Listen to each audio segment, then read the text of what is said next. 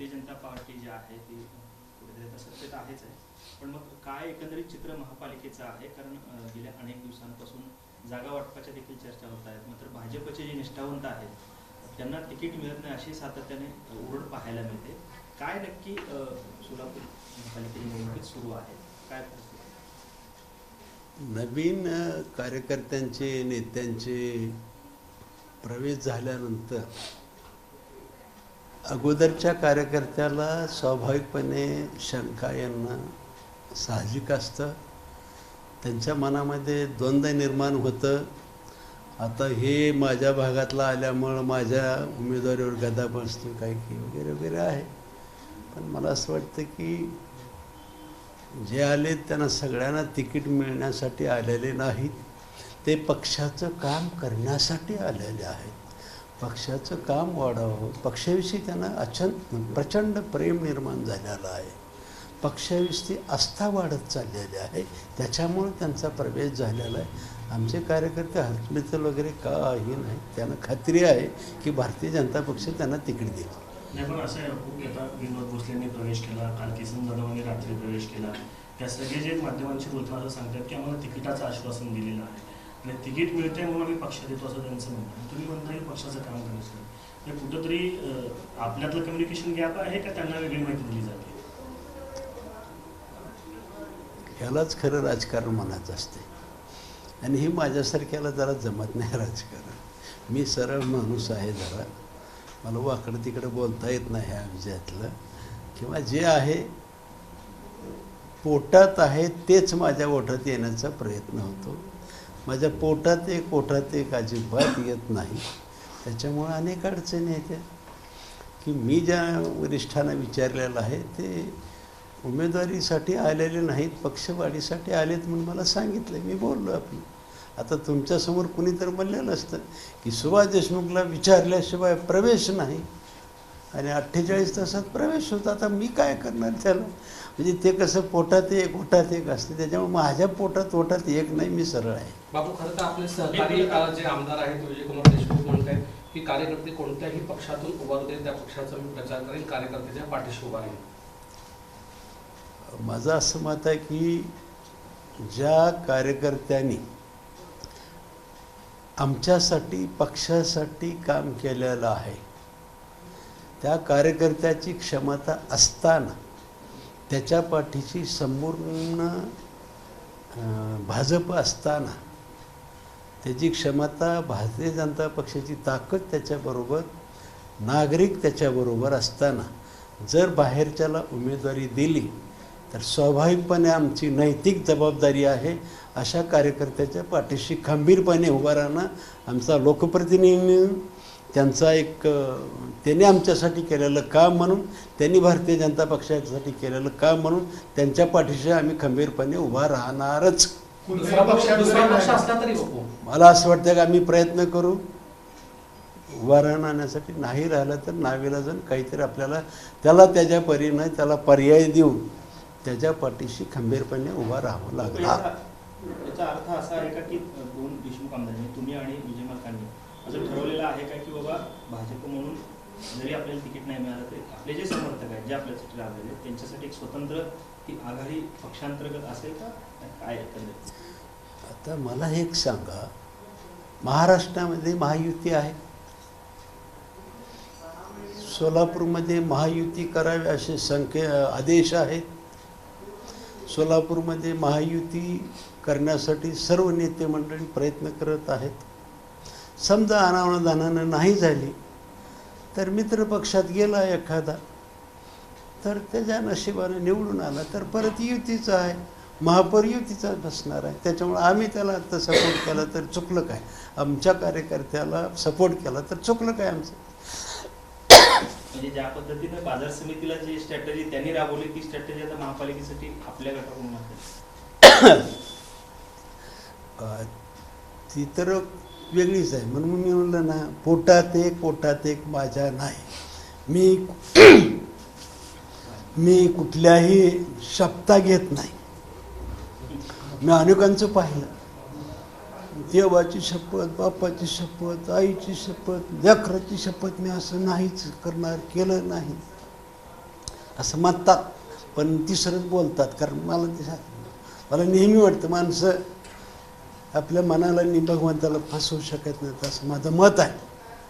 पण तरी पण सप्ताह घेण्याचा प्रयत्न करून अनेक जण करत असतात. राजकारणात हे चालत असते. राजकारणातल्या सप्ताह आश्वासनं ही क्षम्य समजतात त्याच्यामुळे ते तसं करत असतात. बाजार समितीला काय झाले म्हणजे ते विषय वेगळा आहे. त्या विषयात आपण सविस्तर चर्चा करू, काही अडचण नाही. आता आपली महापालिका आहे. महापालिकेच्या अनेक कार्यकर्त्यांनी आमच्यासाठी झटलेले आहेत. आमच्यासाठी समोरच्याचा मार खाल्लेला आहे. आमच्यासाठी समोरच्याची भयंकर नाराजी घेतलेली आहे. मग त्यांच्यासाठी आमचं काम आहे, काम करणं आमचं. त्याच्यामुळे मला बाजार समितीचा विषय वेगळा आहे, त्याच्यासाठी आपण सेपरेट बसू. धन्यवाद.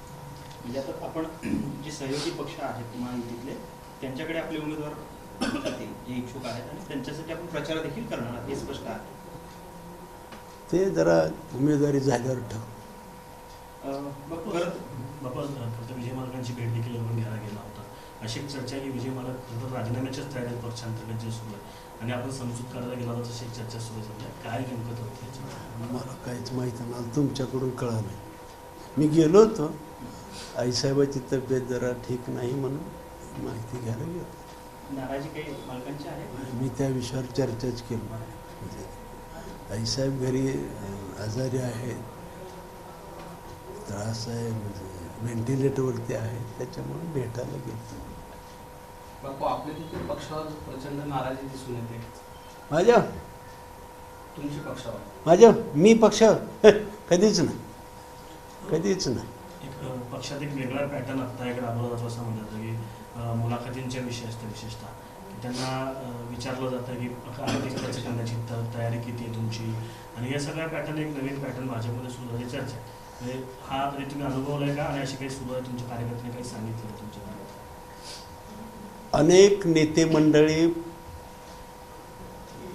जुन्या पक्षाच्या कार्यकर्त्यांच्या मुलाखती घेत होते. मागच्या पंधरवड्यात पक्षात प्रवेश केलेले सुद्धा आमच्या जुन्या पक्षाच्या कार्यकर्त्याला विचारत होते, तुला नाही तिकीट दिलं तर तू काय करणार? अरे तू काल आलाय पक्षात विचारायला? आम्ही 25 वर्ष झाली इथं काम करतो आणि तू आम्हाला विचारतो. आम्ही काय करतो, आम्ही राहणारच आहे इथं, तुझ्यासारखं इकडे येणार नाही, असं चक्क एकाने तर म्हणलं वाटतं बहुतेक. म्हणजे माझ्या जी कानावर आलेली कुजबू. आणि असं विचारतेच म्हणले की उमेदवारी तुला दिली तर तू किती खर्च करणार, तुझ्याकडे किती पैसे आहेत? ही माझ्या माहितीनुसार भारतीय जनता पक्षाची अशी वृत्ती नाही. भारतीय जनता पक्ष उमेदवारीला तुझ्याकडे पैसे आहेत का नाही, कार्यकर्ता सक्षम आहे का नाही, कार्यकर्ता निष्ठावान आहे का नाही, पार्टीसाठी कार्यकर्त्यानं काम केलं आहे का नाही, या सगळ्या गोष्टी तपासणं मी मान्यच करतो. पण पैसे आहेत, तुझ्याकडे किती पैसे आहेत हे विचारणं अत्यंत चुकीचं आहे. आणि ते काही लोकांनी केलेलं आहे, आणि विशेष म्हणजे नवखे लोकांनी केलेलं असं कानावर येतं. बापू, या संदर्भात आपण काही हे सगळ्या गोष्टी कानावर घातलेल्या आहेत का, की बाबा तुम्ही जर निष्ठावंतांना अशा तिकीट नाही दिली गेली तर मग आम्ही आमच्या पद्धतीने अशा पद्धतीचा पॅटर्न आम्ही राबवतो? पालकमंत्र्यांनी या संदर्भात काय अवगत केलं का, किंवा पुढे काही भूमिका आहे मुख्यमंत्र्यांची? मला असं वाटतं की त्याच्या बाबतीत मी कुठलंही आज भाष्य केलेलं नाही. जर तरचा विषय आहे, होऊ नये ह्याच्यासाठी मी सातत्याने प्रयत्न करतोय. मुख्यमंत्र्यांशी काय संवाद झाला? मुख्यमंत्री माने साहेबांचा प्रवेश व्हायच्या अगोदरच झाला होता, त्याच्यानंतर नाही. काय भेट घेणार मुख्यमंत्र्यांची या संदर्भात काही भेट वगैरे आहे मुख्यमंत्र्यांची? तिकीट वाटपासंदर्भात निष्ठावंत कार्यकर्त्यांच्या काय भावना पोहोचल्या? मला असं वाटतं की सर्व कार्यकर्त्यांनी मुलाखती दिलेल्या आहेत. तज्ज्ञ निष्ठावान कार्यकर्त्यांनी मुलाखती घेतलेल्या आहेत. ते शिफारस काय करतात बघतो, कुणाची करतात बघतो, त्याच्यावर लक्षात येतं. या निवडणुकीमध्ये अनेकांनी अपप्रचार केला, आत राहूनसुद्धा बाहेरच्याला मदत केलेली आहे. हेही कार्यकर्ते आम्हाला माहिती आहेत ना. त्याच्यामुळे मला असं वाटतं की आत्ता 2024च्या निवडणुकीत अनेकांनी घरभेद्या टाईप काम केलेलं आहे, आणि अशा लोकांना उमेदवारी जर मिळत असेल तर विचार करू. पण आज भाजपच्या अंतर्गत वादाचा शिंदे सेनेला फायदा होईल असं वाटतंय बापू? भाजपच्या अंतर्गत वादाचा शिंदे सेनेला फायदा होईल महापालिकेत? एखादी म्हणजे खड्डा पडला आमच्या कार्यकर्त्याचा, निष्ठावान कार्यकर्त्याला तिकीट नाही दिलं, तिथं खड्डा पडला.